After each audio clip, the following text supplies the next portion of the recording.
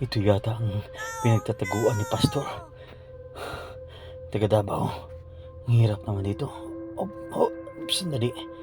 Sandali, malaglag tayo. Delikado to. Ang sikip naman ang butas na to. Hirap. Oh my God. Saan kaya? Malaki ng pabuya. Sayang. Pambayad din sa mga pinagkukautangan. Kaya kailangan natin makita at mahanap.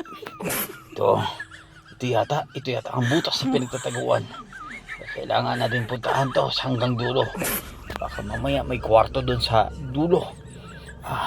Ang haba naman ng tunnel na to. Ang hirap suotin. Kailangan tayo mabilis, baka may ahas tayo makasalubong dito. Mahirap na.